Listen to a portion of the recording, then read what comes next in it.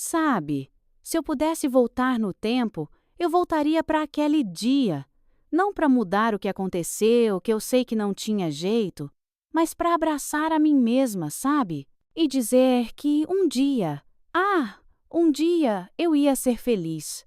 Mas naquele momento eu não fazia ideia disso. Naquele dia eu era só uma garotinha de 8 anos, uma menina que não entendia o que era ter a infância arrancada das mãos. Meu nome é Helena, ou melhor, Dona Helena, como me chamam hoje. Tenho 75 anos. E hoje, quando olho para trás, vejo uma vida marcada por dores que me fizeram ser a mulher que sou.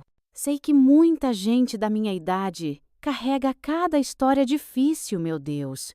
Mas poucas falam sobre elas. Eu falo porque, por tempo demais, ninguém quis me ouvir. Mas antes de continuar, me conta aí nos comentários de que cidade você está me ouvindo.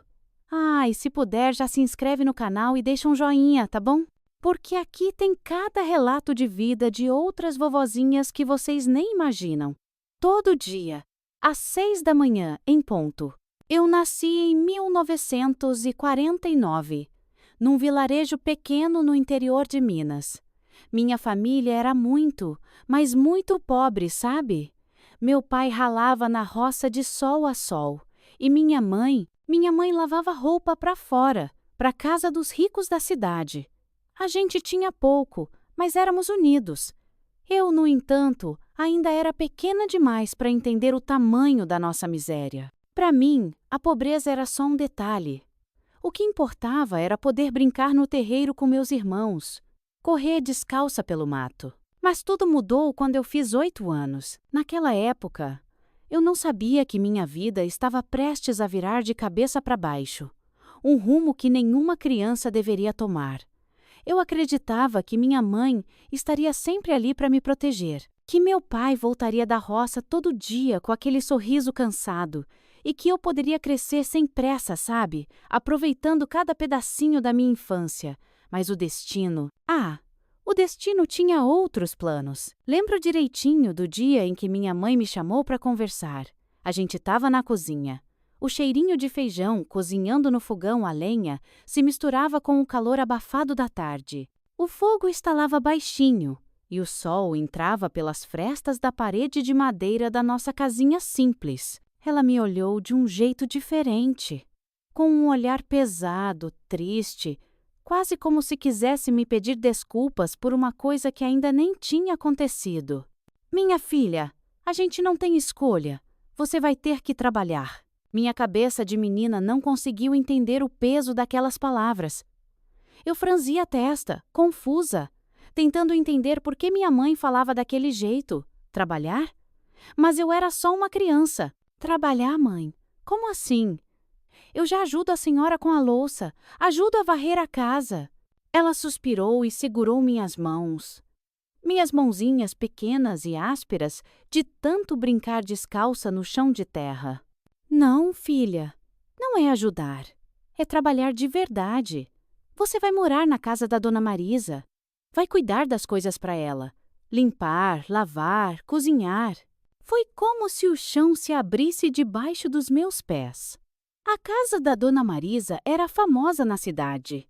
Uma casa enorme, de gente rica. Mas também era um lugar onde os empregados andavam sempre de cabeça baixa, calados, sem nunca levantar o olhar. Eu já tinha ouvido histórias de meninas que foram para lá trabalhar e nunca mais voltaram para suas famílias. Meu coração começou a bater forte. Mas, mãe, e se eu não quiser ir? Minha mãe mordeu os lábios. Os olhos dela se encheram de lágrimas, mas ela não chorou. Eu nunca vi minha mãe chorar na minha frente. Ela apertou minhas mãos com força. Se eu tivesse escolha, minha filha, eu nunca faria isso com você. Mas ou é isso, ou a gente passa fome.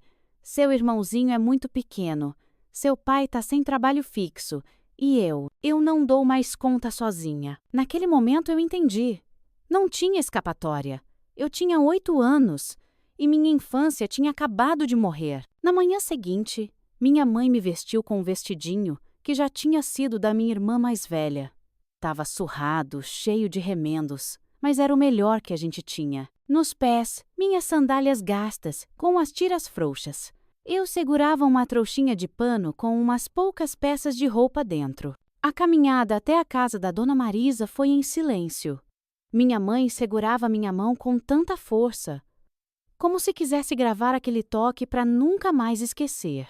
Eu só olhava para o chão, chutando as pedrinhas, tentando entender por que minha vida tinha mudado tão de repente. Quando chegamos, minha mãe bateu palma na frente do portão. O som ecoou e meu estômago revirou de nervoso. Segundos depois, a porta se abriu. E apareceu uma mulher de cabelo preso num coque apertado, uma expressão dura e olhos frios. Ah, finalmente! Pensei que tinham dado para trás. Minha mãe forçou um sorriso, mas eu vi os olhos dela marejados. Aqui está minha filha, Dona Marisa. Por favor, cuide bem dela. A mulher deu uma risadinha de desprezo. Isso aqui é trabalho, querida. Não é adoção. Menina, pra dentro! Senti minha mãe apertar minha mão uma última vez e soltar. Olhei para ela, esperando que dissesse alguma coisa, que me garantisse que tudo ia ficar bem. Mas ela apenas virou as costas e foi embora, sem olhar para trás. O nó na minha garganta cresceu, mas engoli o choro e entrei. A porta se fechou atrás de mim, e o som do trinco sendo girado me fez tremer dos pés à cabeça. A casa era enorme, mas fria. Não tinha risada, não tinha criança, só móveis caros, cortinas pesadas e um cheiro forte de cera no chão. Dona Marisa me olhou de cima a baixo e fez um gesto com a mão. Primeira regra: nunca olhe nos meus olhos. Segunda, nada de corpo mole. Ouviu bem? E terceira, comida. Só come depois que todo mundo da casa já tiver comido. As sobras. Eu queria perguntar alguma coisa. Queria dizer que estava com medo, mas a resposta veio antes mesmo de eu abrir a boca. Meninas como você vêm e vão. Se fizer tudo direitinho, talvez eu não precise te mandar embora tão cedo. Agora para a cozinha. Você começa agora. Meu peito doeu. Eu queria correr. Queria gritar. Queria minha mãe. Mas eu era só uma criança. E ninguém nunca perguntava o que crianças como eu queriam. Eu não sabia. Mas aquele era só o primeiro dia. O primeiro de uma longa jornada de dor, solidão e resistência. O cheiro da casa da Dona Marisa era diferente do da minha casa. Lá dentro, tudo tinha um aroma forte de cera de madeira, um cheiro de coisa limpa, mas não aquele tipo de limpeza que traz conforto, sabe? Era uma limpeza fria, impessoal, como se alguém esfregasse tudo por obrigação, não por carinho. O chão brilhava tanto que eu via meu próprio reflexo. Um reflexo pequeno e assustado, com os pés descalços, depois que me mandaram tirar as sandálias na entrada. O primeiro cômodo que vi foi a sala. Era gigante, com sofás que eu sabia que nunca poderia sentar, tapetes que pareciam obras de arte e um lustre de cristal pendurado no teto. Mas apesar de todo aquele luxo, não tinha calor humano ali. Era uma casa grande, mas sem risadas, sem criança correndo, sem música. Minha mente ainda estava presa na última imagem da minha mãe. Se afastando, eu torci tanto para que ela se virasse, que olhasse para trás pelo menos uma vez, mas ela não olhou. Talvez porque, se olhasse, não teria forças para continuar andando. Talvez porque sabia que, se me visse chorando, voltaria para me buscar. Mas o mundo dos pobres não dá esse luxo. Lágrima não paga conta. Dona Marisa me observava como se estivesse avaliando um objeto. Você já sabe lavar roupa? Balancei a cabeça, dizendo que sim. Sabe passar também? Fiquei em silêncio por um segundo. Minha mãe nunca me deixava chegar perto do ferro. Dizia que era perigoso. Não, senhora. Ela franziu a testa como se aquilo fosse uma ofensa pessoal. Ótimo! Mais uma coisa para você aprender. Anda, vem comigo. Ela começou a andar e eu fui atrás, feito um cachorrinho. Me levou pelos corredores, mostrando cada canto da casa. Mas não era um tour, era um aviso. Aqui você não entra. Ali, só entra para limpar e sai rápido. Nunca toque nesses objetos. Então paramos em frente a uma portinha estreita, nos fundos da casa. Esse vai ser o seu quarto. Ela empurrou a porta. Era um quartinho minúsculo, sem janela. Tinha uma cama de madeira com um colchão fino, um travesseiro amarelado pelo tempo e um cobertor áspero dobrado no canto. Do lado, um armário pequeno com uma porta só. A comida você pega depois que todo mundo tiver comido. Banho, só depois das 9 da noite. Não quero desperdício de água e nada de barulho. Se ouvir passos no corredor, fique quieta. E, se precisar de alguma coisa, pense 2 vezes antes de me incomodar. Ela não esperou resposta.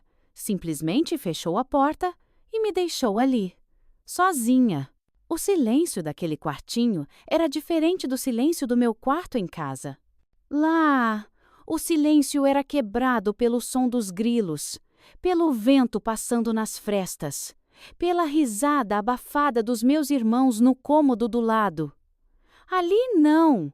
O silêncio era esmagador, pesado. Me sentei na beirada daquela cama dura e abracei meus joelhos. Pela primeira vez desde que saí de casa, eu chorei. Mas chorei em silêncio. Acordei como um grito. Levanta, menina! O sol já nasceu! Sentei na cama, num susto, sem saber direito onde eu estava.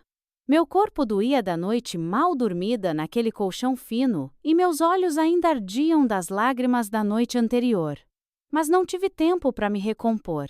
Quando saí do quartinho, a casa já estava em movimento. Os patrões estavam acordando e eu tinha que correr. Você começa pela cozinha. Vai lavar toda a louça do café da manhã. E rápido porque depois tem roupa para lavar. A cozinha estava cheia de pratos sujos, xícaras e talheres. Peguei um pano e comecei a esfregar. A água estava gelada e minhas mãos começaram a doer. Mas não reclamei. As horas passaram e o trabalho parecia não ter fim. Depois da louça, vieram os pisos para esfregar, os móveis para tirar o pó, as roupas para bater no tanque. Nunca parava. Nunca tinha um momento de descanso. O mais difícil foi entender que eu não era mais uma pessoa ali dentro. Eu era invisível. Ninguém falava comigo, a não ser para dar ordens. Se eu estivesse num cômodo e um dos patrões entrasse, eu tinha que sair na hora. Eu ouvia as risadas, as conversas, o tilintar das taças na sala de jantar, mas nunca fazia parte de nada daquilo. E então, quando já passava das 3 da tarde, meu estômago roncou bem alto. Lembrei da última coisa que a dona Marisa tinha dito. Comida, só depois que todo mundo comer. Fui até a cozinha e esperei. A cozinheira, uma mulher de uns 40 anos chamada Dona Cida, me olhou com pena e apontou para um prato no canto da mesa.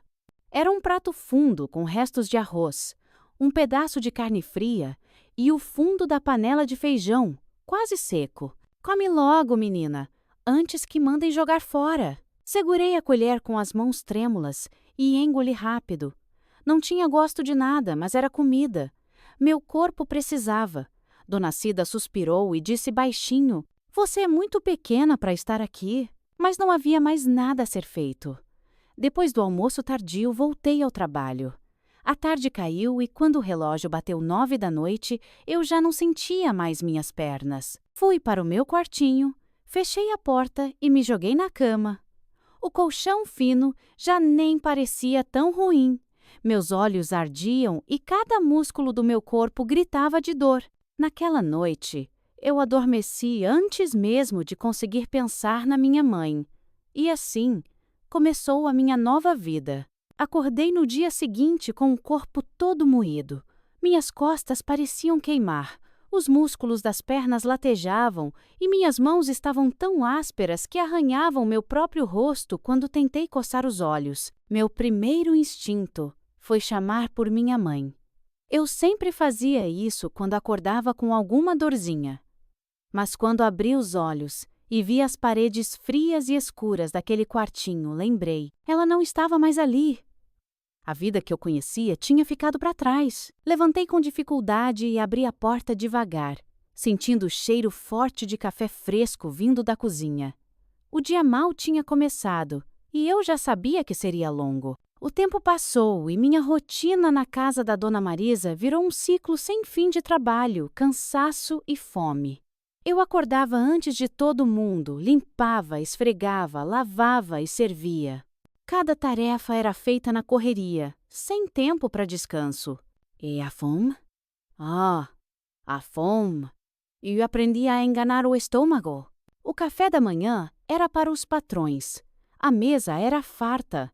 Pães quentinhos, manteiga, bolo recém-assado e café com leite bem docinho. Mas nada daquilo era para mim.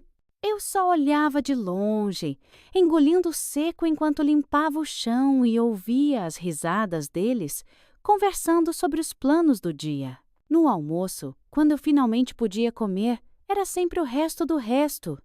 Os ossos do frango que os patrões deixavam, os grãos de arroz que sobravam no fundo da panela, um caldo ralo que mal tinha gosto. E era assim todo santo dia. Mas o pior não era a comida. O pior era a indiferença. Os patrões falavam comigo como se eu não fosse gente. Nunca perguntavam como eu estava, se sentia dor, se precisava de alguma coisa. Eu era só mais uma peça daquela casa, como os móveis, como os panos de chão. E a solidão. Nossa, essa me acompanhava o tempo todo. Se eu tivesse irmãos ou outras crianças ali, talvez fosse mais fácil. Mas eu era a única menina. Não tinha ninguém com quem dividir um olhar de cumplicidade, uma palavra amiga, um momento de respiro. Os dias passavam e eu não ouvia meu nome ser chamado com carinho.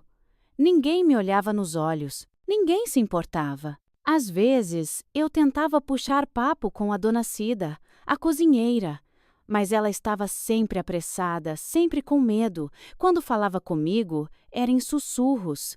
Menina, guarda suas perguntas.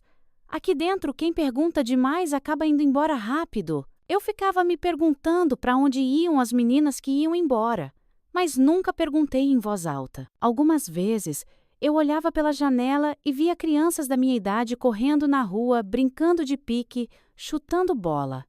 Meu peito doía de inveja. Eu me perguntava se minha mãe ainda pensava em mim. Se ela sentia minha falta. Se, algum dia, ela viria me buscar. As noites eram as piores. Eu me deitava naquela cama dura e abraçava minhas próprias pernas para tentar enganar a sensação de vazio.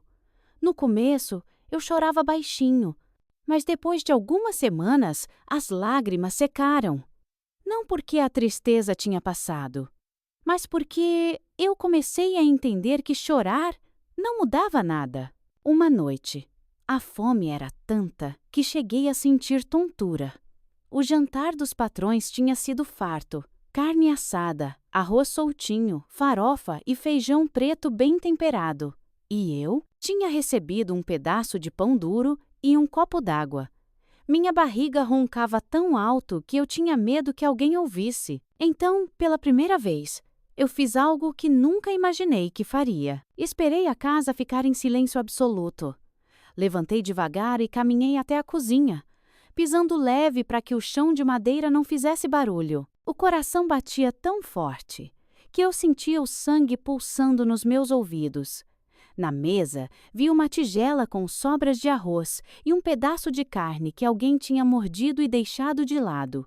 Meus olhos se encheram d'água. Peguei um pouco com as mãos trêmulas e enfiei na boca sem nem mastigar direito, tentando matar aquela fome que me devorava por dentro. Foi quando eu ouvi passos no corredor. Eu congelei. O medo tomou conta de mim, me deixando paralisada no escuro. Se me pegassem roubando comida, eu sabia que o castigo seria feio. Segurei a respiração, esperando o pior. Mas os passos passaram direto, sumindo pela casa. Soltei o ar devagar e corri de volta para o meu quartinho, com o gosto do medo misturado à comida roubada. Naquela noite, aprendi duas coisas. A fome faz a gente fazer coisas que nunca imaginou. E eu não podia mais continuar vivendo daquele jeito. Foi a primeira vez que senti algo diferente dentro de mim. Uma revolta. Aquela vida não podia ser tudo que o destino tinha para mim. E sem saber como nem quando, eu decidi que um dia, eu sairia daquela casa. Eu já estava naquela casa há meses, talvez anos. Eu perdi a conta e percebi que, por mais que eu me esforçasse, nunca seria suficiente. Não importava se eu esfregava o chão até meus dedos ficarem em carne viva, se lavava as roupas até minhas unhas quebrarem, se acordava antes do sol para garantir que tudo estivesse perfeito. A humilhação fazia parte do meu dia a dia. Dona Marisa parecia sentir um prazer estranho em me testar, em me fazer sentir pequena. Esse prato está sujo. Quer que eu coma no meio da sujeira, menina? A louça brilhava, mas eu nunca questionava. Só lavava de novo. Você é burra ou se faz de sonsa? Olhe bem esse lençol. Tá vendo esse amassado? Quer que eu durma numa cama bagunçada? Eu engolia seco e começava tudo de novo. As palavras doíam quase tanto quanto os castigos. Mas as palavras não eram o pior. Lembro de um dia como se fosse ontem. Era uma tarde quente e eu tinha passado horas no quintal, lavando lençóis no tanque. O sol queimava minha pele, meus braços doíam de tanto esfregar e minhas pernas tremiam de cansaço. Mas eu não reclamava. Eu nunca reclamava. Quando terminei, fui estender os lençóis no varal. Fiz tudo rápido, mas com cuidado. Eu já tinha aprendido que qualquer errinho significava ter que refazer tudo. Entrei em casa e continuei meu serviço, sem saber que o vento tinha derrubado um dos lençóis no chão de terra. Quando Dona Marisa viu, o rosto dela se contorceu numa mistura de raiva e satisfação, como se estivesse esperando um erro meu para ter uma desculpa para me castigar. Menina, vem aqui, agora! Meu coração gelou. Fui até ela, com as mãos suando frio. O que é isso? Ela apontou para o lençol sujo no chão. Foi o vento, senhora. Eu não vi. Não viu? Não viu? Pois agora você vai aprender a ver. Antes que eu pudesse reagir, senti o primeiro tapa no meu rosto. Meus ouvidos uniram e minha visão ficou turva por um segundo. Minha vontade era correr, me encolher, sumir dali, mas eu sabia que qualquer reação só pioraria as coisas. Pegue esse lençol e lave tudo de novo. E hoje você não come nada para aprender. Eu apenas assenti, segurando as lágrimas. Lágrimas nunca adiantavam. Passei o resto da tarde esfregando aquele lençol como se minha vida dependesse daquilo, e talvez dependesse mesmo. Depois daquele dia, os castigos ficaram mais frequentes. Se eu demorasse para terminar uma tarefa, ficava sem jantar. Se eu deixasse um copo fora do lugar, tinha que limpar a cozinha inteira de novo. Se um botão da roupa do patrão estivesse frouxo, eu passava horas costurando peças que nem tinham defeito. E se eu derrubasse algo? Ah, esse era o pior. Certa vez, deixei cair um copo no chão. O barulho do vidro se estilhaçando foi como um trovão nos meus ouvidos. Dona Marisa apareceu na cozinha em segundos. O que você fez? Minha garganta estava seca. Foi sem querer, senhora. Sem querer? Então vai limpar isso com a mão, para aprender a ter cuidado. Engoli o choro e me ajoelhei no chão. Com os dedos tremendo, comecei a catar os pedaços de vidro. Minha pele fina não demorou a ceder. Logo, um corte fundo abriu na ponta do meu dedo e o sangue começou a escorrer. Dona Marisa viu, mas não disse nada. Apenas cruzou os braços e esperou. Eu continuei. Terminei de limpar e lavei a ferida em silêncio. Naquela noite, deitada no colchão fino, olhei para meus dedos cortados e prometi a mim mesma que nunca mais deixaria aquilo acontecer. Mas eu era só uma criança, e crianças erram. Se os castigos físicos eram duros, as humilhações eram ainda piores. Dona Marisa fazia questão de me rebaixar na frente das visitas. Essa menina é lerda demais, mas pelo menos serve para esfregar o chão. Ou então, se eu não ficar em cima, ela come que nem um bicho esfomeado. Pobre é tudo igual, né? As visitas riam. Algumas balançavam a cabeça, mas ninguém nunca dizia nada. Ninguém nunca questionava. Eu só abaixava a cabeça e fingia que não ouvia. Mas eu ouvia. E cada palavra ficava guardada dentro de mim, como um peso invisível que eu carregava para todo lado. Teve um dia que eu achei que meu corpo não ia aguentar. Eu estava há 2 dias sem comer direito, depois de cometer algum erro bobo que nem me lembro mais. O cansaço era tanto que meus olhos ardiam e meus joelhos pareciam feitos de gelatina. Foi quando, no meio da cozinha, tudo ficou escuro. Senti o chão sumir e minha cabeça girar. Acordei minutos depois, caída no chão. Dona Cida, a cozinheira, estava do meu lado, abanando meu rosto com um pano. Você desmaiou, menina. Pisquei devagar, tentando focar a visão. A patroa sabe? Perguntei com a voz fraca.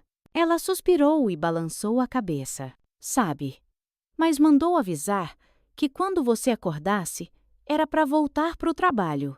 Fechei os olhos, sentindo um nó na garganta. Não havia trégua, não havia piedade. Eu era só uma menina de 8, 9, 10 anos. E o mundo já tinha me ensinado que a minha dor não importava. Naquela noite, deitada no colchão fino, minha mente martelava uma única pergunta. Se essa é a minha vida agora, o que vai ser de mim quando eu crescer? Eu ainda não sabia, mas estava prestes a descobrir que mesmo no fundo do poço existe um jeito de escapar. O tempo passou. As semanas viraram meses e eu já nem sabia mais o que era viver sem medo. Minha rotina era sempre a mesma: acordar antes do sol, trabalhar até os ossos doerem, comer restos e dormir no colchão fino daquele quartinho escuro. Eu evitava pensar no futuro, porque pensar no futuro era doloroso demais. Será que minha vida seria sempre assim? Será que quando eu crescesse, ainda estaria ali, limpando os mesmos móveis, ouvindo os mesmos insultos? Eu não queria acreditar que sim. Mas, até então, eu não tinha nenhum motivo para achar que podia ser diferente. Até o dia em que encontrei meu primeiro livro. Era uma manhã abafada de domingo, e Dona Marisa tinha mandado eu limpar o quintal dos fundos. Ali, num canto, tinha uma pilha de caixas velhas, jornais antigos e coisas que a patroa não queria mais. Enquanto eu varria, vi algo diferente no meio dos papéis amassados. Um objeto retangular, de capa escura, meio sujo, mas inteiro. Peguei com cuidado. Era um livro. Na capa, as letras estavam um pouco apagadas, mas eu consegui ler o título, Dom Casmurro, de um tal de Machado de Assis. Eu não sabia quem era aquele homem, muito menos o que o livro dizia. Mas segurar aquele objeto nas mãos me deu uma sensação estranha, como se eu estivesse tocando em algo proibido, algo poderoso. Meu coração bateu acelerado. Olhei para os lados para ter certeza de que ninguém estava me vendo e escondi o livro rapidinho debaixo da minha blusa. Naquela noite, deitada na minha cama dura, esperei até que tudo estivesse em silêncio absoluto e, com as mãos trêmulas, abri o livro pela primeira vez. Meu dedo passava devagar pelas letras pequenas, tentando decifrar cada uma. Eu sabia ler, mas nunca tinha lido um livro inteiro. Em casa, antes de tudo, meu pai lia trechos da Bíblia em voz alta. E minha mãe me ensinou o básico com rótulos de produtos e jornais velhos. Mas aquilo... Nossa! Aquilo era diferente. Aquelas palavras me puxaram para dentro de um mundo novo. Um mundo onde eu não era a menina pobre e invisível daquela casa. Era um mundo onde eu podia existir sem medo. Cada frase que eu lia parecia me levar para longe dali. A história daquele tal de Bentinho e da Capitu não fazia muito sentido no começo, mas eu não conseguia parar. Lia devagar, sussurrando as palavras, tentando entender cada frase. E quanto mais eu lia, mais eu queria continuar. Pela primeira vez em muito tempo, senti que tinha algo que era só meu. Ler aquele livro se tornou o meu segredo mais precioso. Todas as noites, depois de um dia inteiro de trabalho e humilhação, eu me deitava no escuro e lia algumas páginas.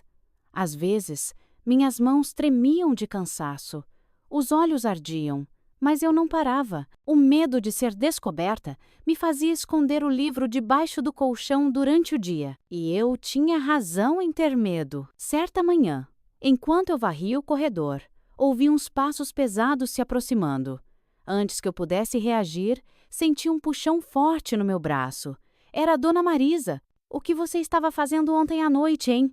A voz dela era fria, cortante. Meu coração disparou. Será que ela tinha descoberto? Nada, senhora. Só dormindo.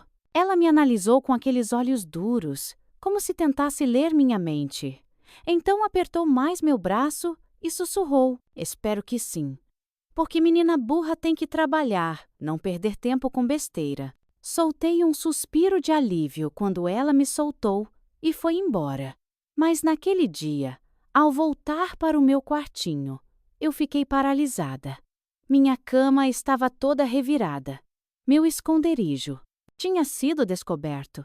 Me ajoelhei e procurei debaixo do colchão, desesperada, mas o livro não estava mais lá. Corri os olhos pelo cômodo com a respiração ofegante. Onde estava? Meu peito apertou ao ver um pedaço de papel rasgado no chão. Peguei o pedaço. Nele havia uma única palavra ainda legível: Capitu. Meu Deus! O livro, ele tinha sido rasgado em 1000 pedaços. Fiquei de pé, sentindo as lágrimas subirem. Olhei para a porta fechada, meu corpo tremendo de raiva e de frustração. Alguém, provavelmente a Dona Marisa, ou alguma empregada querendo agradá-la, tinha encontrado meu único tesouro e o destruído. Naquela noite, deitei no colchão vazio e fechei os olhos, lutando contra o choro.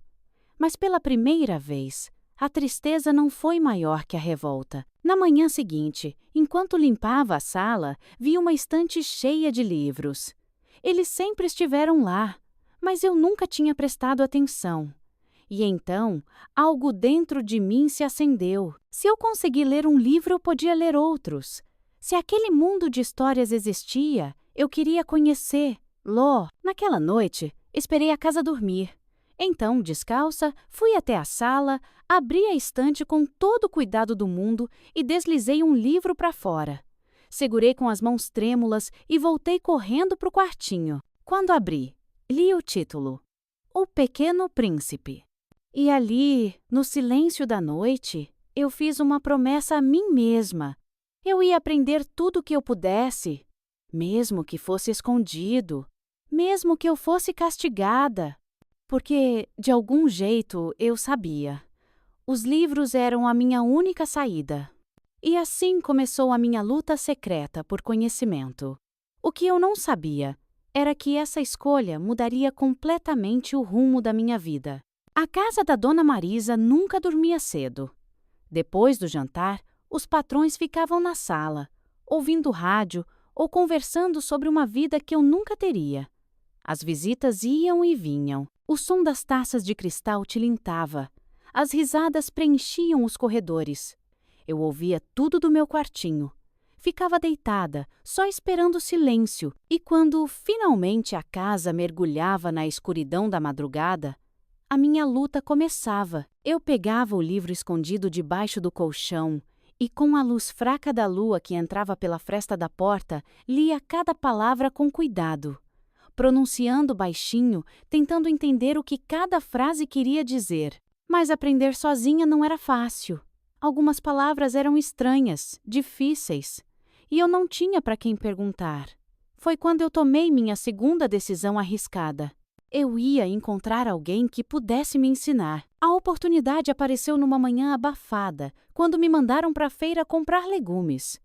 Carreguei a sacola velha de palha e segui pelo caminho de terra, com os pés descalços levantando poeira. A feira era um dos poucos lugares onde eu via o mundo de verdade.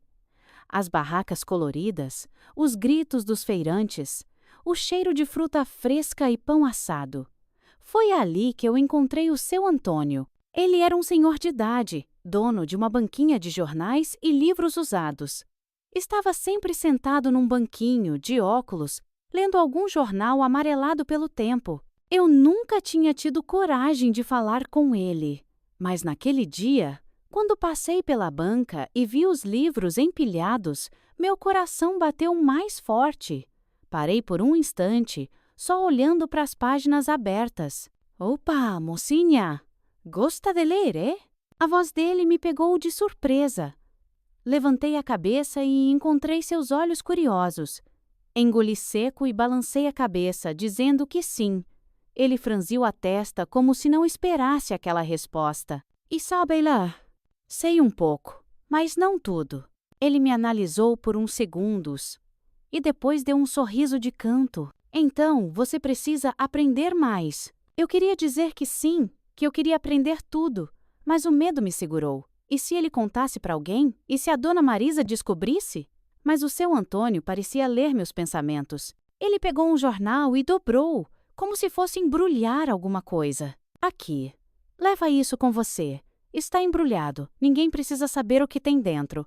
Volta amanhã e me conta se conseguiu ler alguma coisa. Peguei o pacote com as mãos trêmulas, assenti e corri de volta para casa. Naquela noite, abri o jornal escondida e tentei ler. O papel era diferente dos livros, mais fino, com letras menores. As palavras eram difíceis, mas algumas eu conseguia entender.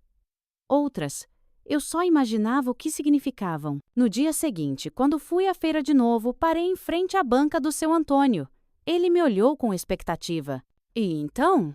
Engoli seco. Eu entendi umas palavras, mas outras, não. Eles olham, satisfeito. Ótimo, vou te ensinar umas coisas. Mas só se você prometer que não vai contar para ninguém. Assente rapidamente. E mais uma coisa, menina. Se um dia te perguntarem quem te ensinou, diga que aprendeu sozinha. Não perguntei o porquê. Apenas gravei aquelas palavras no peito. Minha rotina mudou. Todo dia eu dava um jeitinho de passar pela banca do seu Antônio. Ele me dava um jornal novo ou um livro pequeno.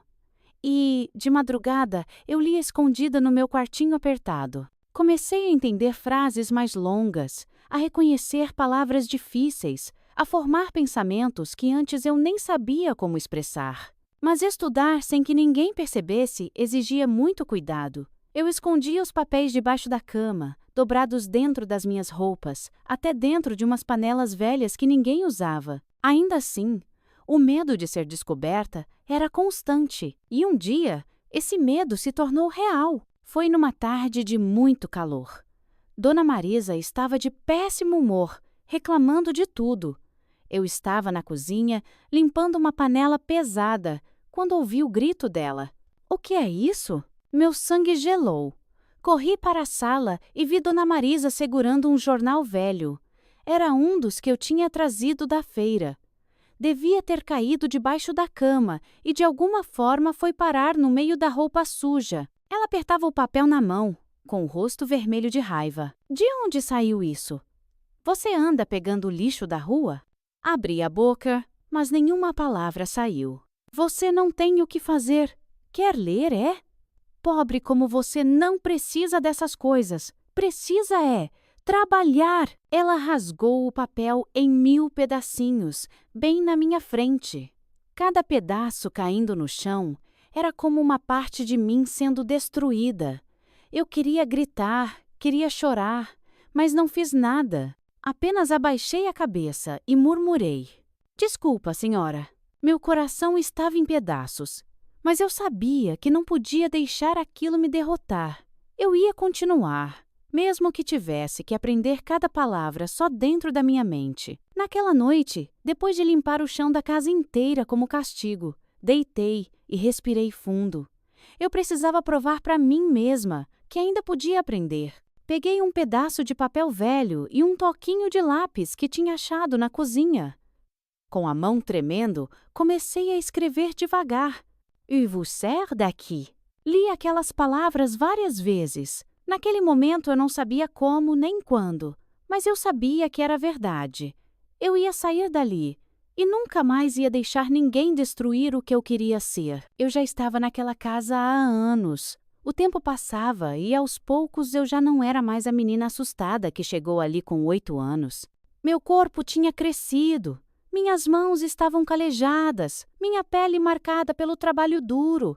Mas dentro de mim ainda havia algo que ninguém tinha conseguido destruir: a vontade de aprender e de ser mais do que uma simples empregada invisível. Porém, essa vontade se tornou a minha maior ameaça. Era uma manhã abafada de domingo quando tudo aconteceu. Dona Marisa estava especialmente irritada.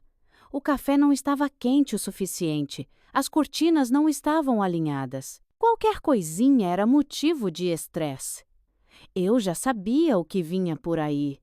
Sempre que ela estava assim, alguém pagava o pato. Dessa vez, fui eu. Eu estava na cozinha, lavando as panelas, quando ouvi a voz dela atravessar o ar como uma faca. Menina, vem aqui. Agora!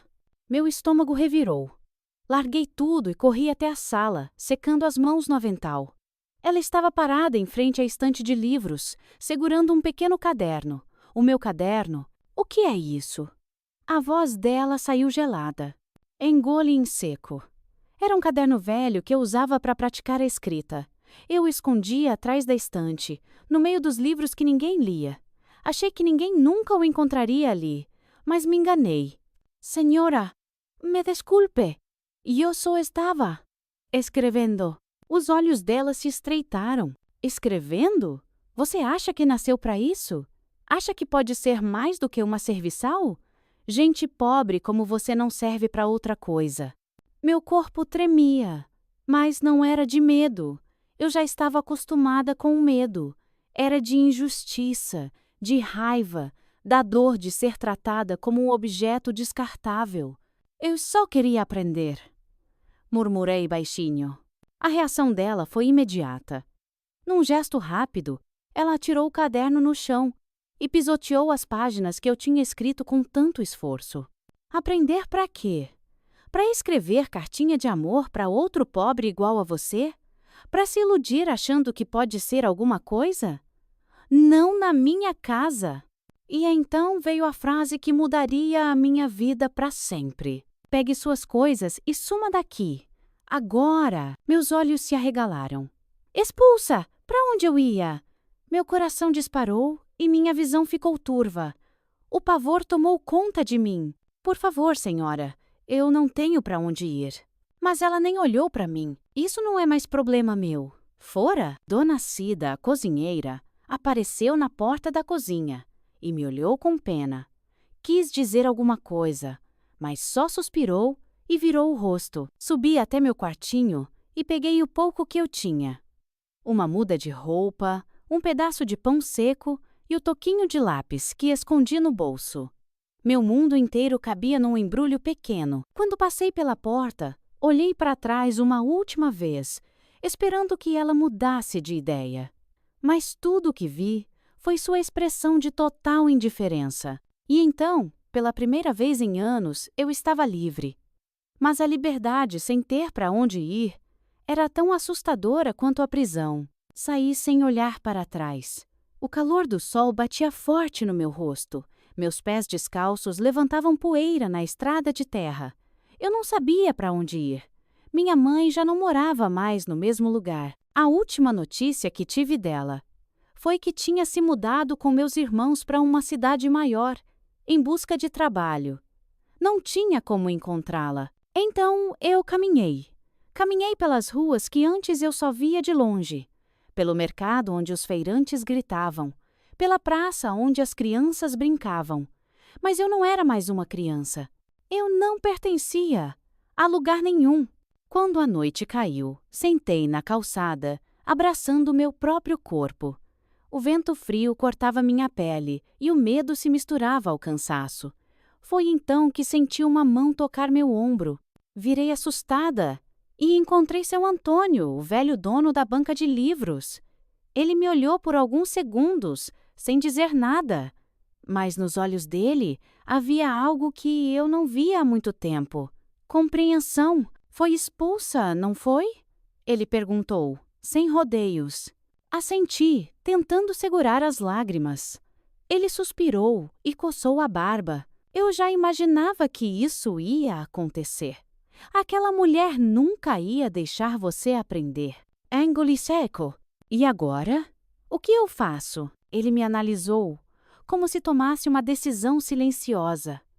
Então finalmente disse: pode dormir na minha banca hoje. Não é muito, mas pelo menos não vai passar frio. Amanhã a gente pensa no resto. Meus olhos se encheram de lágrimas. Por que o senhor está me ajudando? Seu Antônio deu um meio sorriso. É porque eu já vi muita menina boa como você se perder nesse mundão, minha filha. E porque eu sei que dentro de você tem uma vontade de vencer que ninguém pode apagar. Naquela noite, eu dormi no chão da banca de jornais, entre pilhas de livros velhos. Não era um colchão macio, não era uma casa quente, mas, pela primeira vez, eu dormi sabendo que talvez houvesse um futuro para mim. E no dia seguinte, quando acordei, decidi que nunca mais deixaria ninguém me impedir de aprender. Afinal, eu já não tinha mais nada a perder. E talvez isso fosse tudo o que eu precisava para começar de novo. O sol nasceu devagar, espalhando tons de dourado pelo céu, e eu acordei sentindo o cheiro de jornal velho e papel amarelado ao meu redor. Pela primeira vez em anos, não havia ninguém gritando meu nome para me mandar trabalhar. Seu Antônio já estava de pé, sentado em seu banquinho, lendo como sempre. Dormiu bem? Ele perguntou sem desviar os olhos do jornal. Me espreguicei devagar. O chão duro não era confortável, mas mesmo assim, tinha sido a melhor noite da minha vida. Sim, senhor. Obrigada. Ele dobrou o jornal, me olhou e suspirou. Agora me diga, menina, o que você vai fazer da vida? Essa pergunta me pegou de surpresa. Por anos, eu não tive escolha. Minha vida era decidida pelos outros. Agora, pela primeira vez, eu tinha que decidir o que eu queria para mim. Eu quero aprender. Minha voz saiu baixa, mas firme. Quero estudar. Quero saber mais do mundo. Ele sorriu, como se já soubesse a minha resposta. Então, vai precisar sobreviver primeiro. E foi assim que começou a minha luta para me tornar alguém no mundo. A liberdade tinha um preço alto. Eu não estava mais sob o domínio da Dona Marisa, mas agora precisava me virar sozinha. Seu Antônio me arrumou um bico em uma padaria ali perto.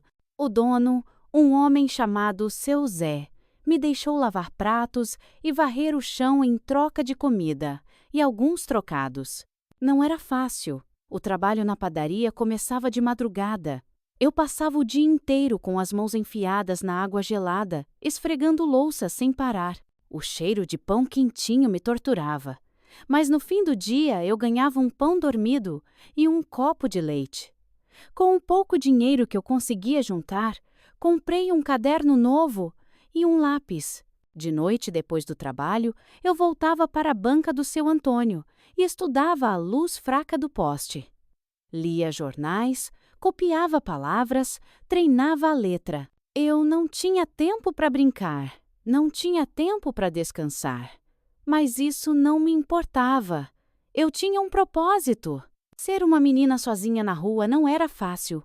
Alguns me olhavam com pena, outros com desprezo. Por que essa menina fica sentada aí escrevendo? Ouvi uma mulher cochichar na feira. De nada adianta estudar se nasceu para ser empregada.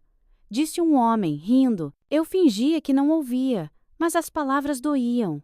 O pior era quando algumas mulheres ricas, parecidas com a Dona Marisa, passavam pela banca e me encaravam com aquele mesmo olhar de superioridade. Antônio, por que essa menina suja está aqui? Não tem medo que ela roube seus jornais? Ele sorria de canto e respondia: Não se preocupe, dona. Ela só está roubando conhecimento. E eu abaixava a cabeça, segurando o lápis com mais força. Um dia, essas mesmas pessoas ainda teriam que me olhar de igual para igual. Apesar de todo o esforço, eu ainda tinha um problema. Eu não tinha documentos. Sem um registro, sem um nome oficial, eu não poderia me matricular numa escola. Foi então que seu Antônio me levou até a prefeitura. Com a ajuda de um amigo antigo, ele deu um jeitinho de me registrar, mesmo sem minha família por perto. E finalmente, aos 13 anos, eu entrei na escola pela primeira vez. As carteiras eram arrumadinhas em filas, os cadernos tinham folhas limpas, os professores falavam de coisas que eu nunca tinha ouvido na vida. No começo, me senti um peixe fora d'água. As outras meninas riam entre si. Falavam sobre suas casas, sobre os brinquedos que ganharam no Natal. Eu não sabia como participar daquilo, mas quando o professor me entregou um livro e pediu para que eu lesse um trecho em voz alta, minha vergonha sumiu. Eu li, sem errar uma vírgula, e pela primeira vez na vida eu senti algo novo. Orgulho. Mas a vida sempre dava um jeito de me lembrar que nada seria fácil. O dono da padaria começou a reclamar que eu saía cedo para estudar. Aqui não é abrigo de órfãos. Se não quiser trabalhar direito, arrumo outra no seu lugar. Fiquei dividida entre o medo e a vontade de continuar. Se eu perdesse o trabalho, passaria fome. Mas se eu desistisse da escola, nunca sairia daquela vida. Foi então que tomei uma decisão difícil. Deixei a padaria e comecei a vender doces na feira. Acordava antes do sol nascer, preparava cocadas e amendoins caramelizados numa lata velha que o seu Antônio me arrumou. Vendia até o meio-dia, ganhava umas moedinhas e depois corria para a escola. Era um sacrifício, mas era o preço da liberdade. Os anos foram passando. Eu estudava à noite, trabalhava de dia e cada dia era uma luta.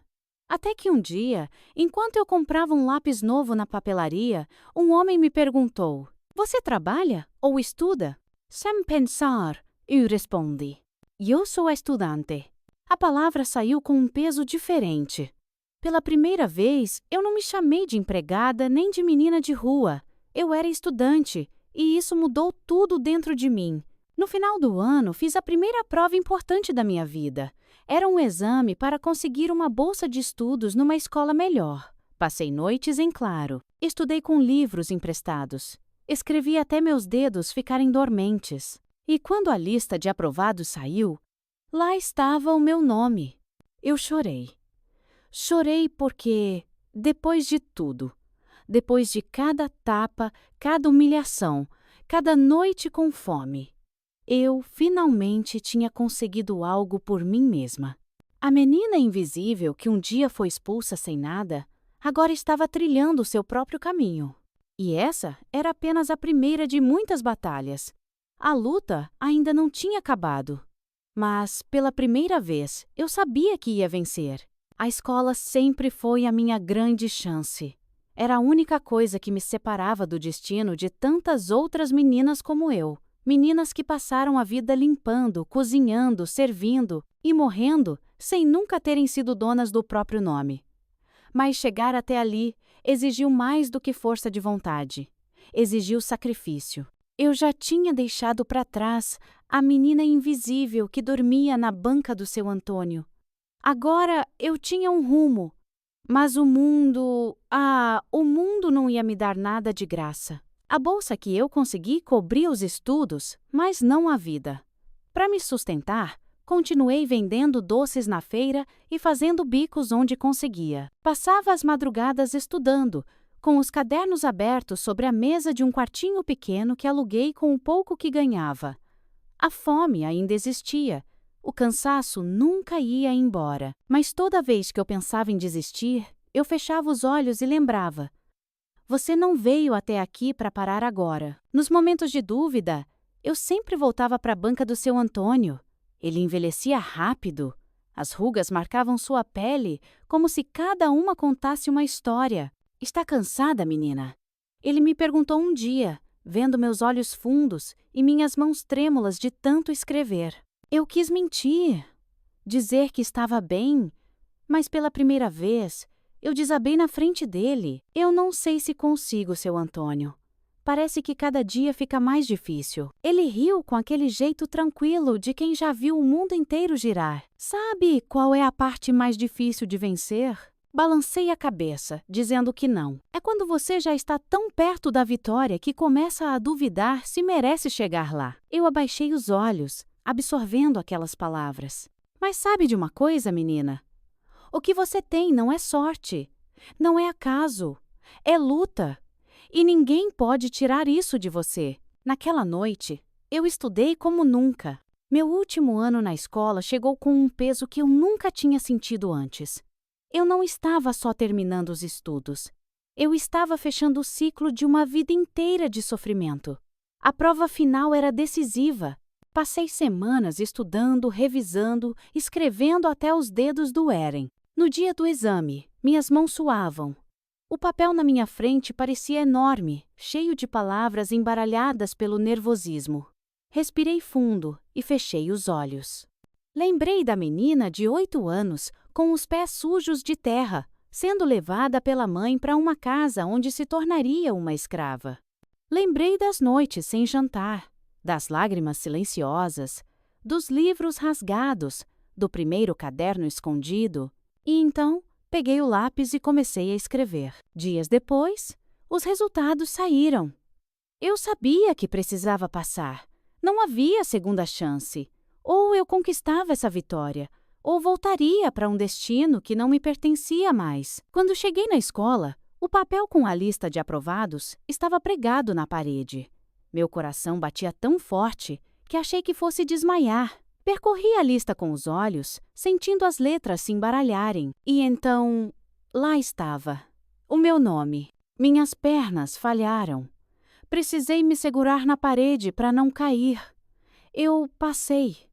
Depois de tudo, depois de cada luta, de cada noite fria, de cada humilhação, eu passei. A menina que um dia foi tratada como nada, agora era alguém. E eu chorei. Chorei sem medo, sem vergonha. Chorei porque pela primeira vez eu não era apenas uma sobrevivente. Eu era uma vencedora. Corri até a banca do seu Antônio. Eu precisava contar para ele. Queria que ele visse o que tinha ajudado a construir. Mas quando cheguei, senti algo estranho. A banca estava fechada. Meu peito apertou. Olhei para os lados, procurando por alguém que soubesse o que tinha acontecido. Foi então que um homem, um vendedor da feira, colocou a mão no meu ombro. Sinto muito, menina. O seu Antônio partiu ontem à noite. O chão sumiu debaixo dos meus pés. Eu não conseguia acreditar. Ele sempre esteve ali, como uma parte do meu mundo que nunca mudava. Meu peito se encheu de uma dor profunda. Peguei um pedaço de papel do bolso e, com as mãos trêmulas, escrevi uma última mensagem para ele.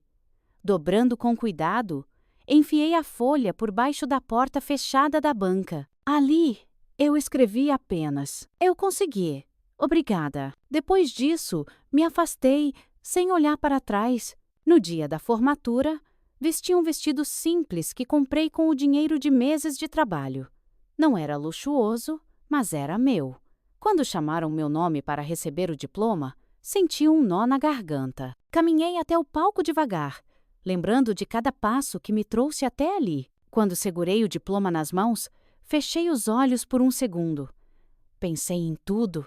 Na menina que dormia com fome, no vidro quebrado que cortei com as mãos, na primeira vez que roubei comida, nos tapas, nos gritos, no medo.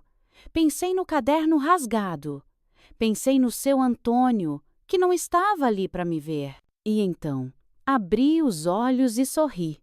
Porque pela primeira vez eu sabia que nunca mais seria aquela menina invisível. Agora eu era a dona da minha própria vida. Unagem, nunca mais. Me tiraria isso. Quando terminei a escola, o mundo finalmente parecia ser meu. Eu podia escolher para onde ir, o que fazer, mas a liberdade que eu tanto sonhei trouxe um peso que eu não esperava. Eu não sabia por onde começar. O diploma estava nas minhas mãos, mas e depois? Eu ainda era uma moça pobre, sem família por perto, sem casa própria, sem rumo. Foi então que me lembrei da promessa que fiz a mim mesma, lá atrás, quando escrevi pela primeira vez: "Eu vou sair daqui." A escola foi só o primeiro passo. Agora eu precisava dar o segundo, e esse passo me levou para um lugar inesperado. De volta para a cidade onde tudo começou. Peguei o pouco dinheiro que tinha economizado e embarquei num ônibus com destino ao vilarejo onde nasci. O caminho era longo. As estradas de terra eram as mesmas, os campos verdes passavam pela janela como se o tempo nunca tivesse passado. Mas eu sabia que Eu tinha mudado. Quando desci do ônibus e pisei de novo naquele chão, onde minha infância foi interrompida, senti um arrepio. Era estranho estar ali de novo. As casas pareciam menores do que eu lembrava. As ruas, antes tão imensas para a criança que eu fui, agora pareciam estreitas. Estava tudo igual, mas eu não era mais a mesma. Meu primeiro impulso foi procurar minha mãe. Perguntei por ela no mercadinho, na praça, na casa de conhecidos. Até que, finalmente, alguém me disse: "Sua mãe?" "Sim, ela mora naquela casinha no fim da rua. Mas anda meio doente, coitada." Meu coração disparou. Caminhei até a casa com passos lentos. A cada metro, eu sentia um peso maior no peito. E então, eu a vi. Minha mãe estava sentada numa cadeira velha na varanda, o rosto cansado, os olhos perdidos em algum ponto distante. Quando me aproximei, ela levantou a cabeça devagar. Por um segundo, achei que ela não me reconheceria. Afinal, tantos anos se passaram. Mas então vi seus olhos marejarem. "Minha filha!" A voz saiu fraca, como um sussurro quebrado. E naquele instante tudo dentro de mim desmoronou. Por anos, eu alimentei um rancor silencioso pela minha mãe. Como ela pôde me deixar naquela casa? Como pôde virar as costas e seguir a vida? Mas, ao ver, lá ali, envelhecida, doente, sozinha, eu entendi algo que nunca tinha me permitido pensar antes. Ela também foi uma vítima do destino. Ela não me abandonou porque quis. Ela fez o que achava que era a única saída. Então, sem dizer nada, eu simplesmente me ajoelhei ao seu lado e segurei sua mão. E pela primeira vez em anos, senti o calor da pele dela contra a minha. Ela chorou. E eu chorei com ela. Ali, sem precisar de palavras, o passado começou a se curar, mas ainda havia outra pessoa para enfrentar. Minha mãe me contou que Dona Marisa ainda vivia na mesma casa. Já estava velha, com a saúde fraca, mas continuava a mesma mulher amargurada e fria de sempre. Eu não sabia o que esperava sentir ao vê-la de novo. Raiva, desprezo. Mas quando bati na porta e ela mesma abriu, percebi algo surpreendente. Dona Marisa não me reconheceu de imediato. Seus olhos passaram por mim como se eu fosse só mais uma pessoa qualquer. Aquilo me fez perceber que, para ela, eu realmente nunca fui alguém, apenas uma sombra, entre tantas outras que passaram por sua casa. Respirei fundo e, com a voz firme, eu disse: "Boa tarde, Dona Marisa. Sou eu, a Helena, a menina que a senhora expulsou anos atrás." O choque passou pelo rosto dela. Por um breve momento, vi seus olhos tremerem. O que você faz aqui?" "Eu só vim dizer uma coisa. Eu venci." Houve um silêncio. Ela engoliu seco, desviou o olhar. "Sempre achei que você não chegaria a lugar nenhum." "You sorry?" "Eu sei, mas eu cheguei." Então, sem dizer mais nada, me virei e fui embora. Eu não precisava de desculpas. Não precisava que ela reconhecesse o que fez. Eu estava ali não por ela, mas por mim. E naquele momento, entendi que a minha maior vingança não era o ódio, era a minha vitória. Depois daquele dia, voltei para a cidade onde construí minha vida. Estudei mais, trabalhei mais e, aos poucos, conquistei tudo o que um dia pareceu impossível. Eu me tornei professora. Sim, professora. Porque um dia, alguém me ensinou que o conhecimento era a minha única saída. E agora, eu faria o mesmo por outras crianças que, como eu, nasceram sem oportunidades. A cada aluno que eu ensinava a ler, a escrever, a sonhar, eu sentia que estava curando um pedaço do meu próprio passado. Hoje, aos 75 anos, eu sento na minha cadeira favorita e olho pela janela. Não sou rica, não tenho uma casa de luxo, mas tenho algo muito mais valioso: A certeza de que sou dona da minha própria história. Muitos da minha época já se foram. Muitas das meninas que trabalharam como eu não tiveram a mesma sorte. Mas eu estou aqui. E se hoje eu conto essa história, não é para alimentar tristeza. É para dizer a quem me ouve que não importa o quão cruel a vida seja, sempre existe um caminho para sair da escuridão. E quando eu penso em tudo o que passei, não sinto mais ódio. Eu sinto orgulho, porque eu sou a prova viva de que ninguém nasce para ser escravo do próprio destino. A gente pode, sim, escrever a nossa própria história. E essa foi a minha. Se você gostou da minha história, por favor, se inscreva no canal e curta o vídeo. Isso me deixa muito feliz. Até mais, queridas e queridos!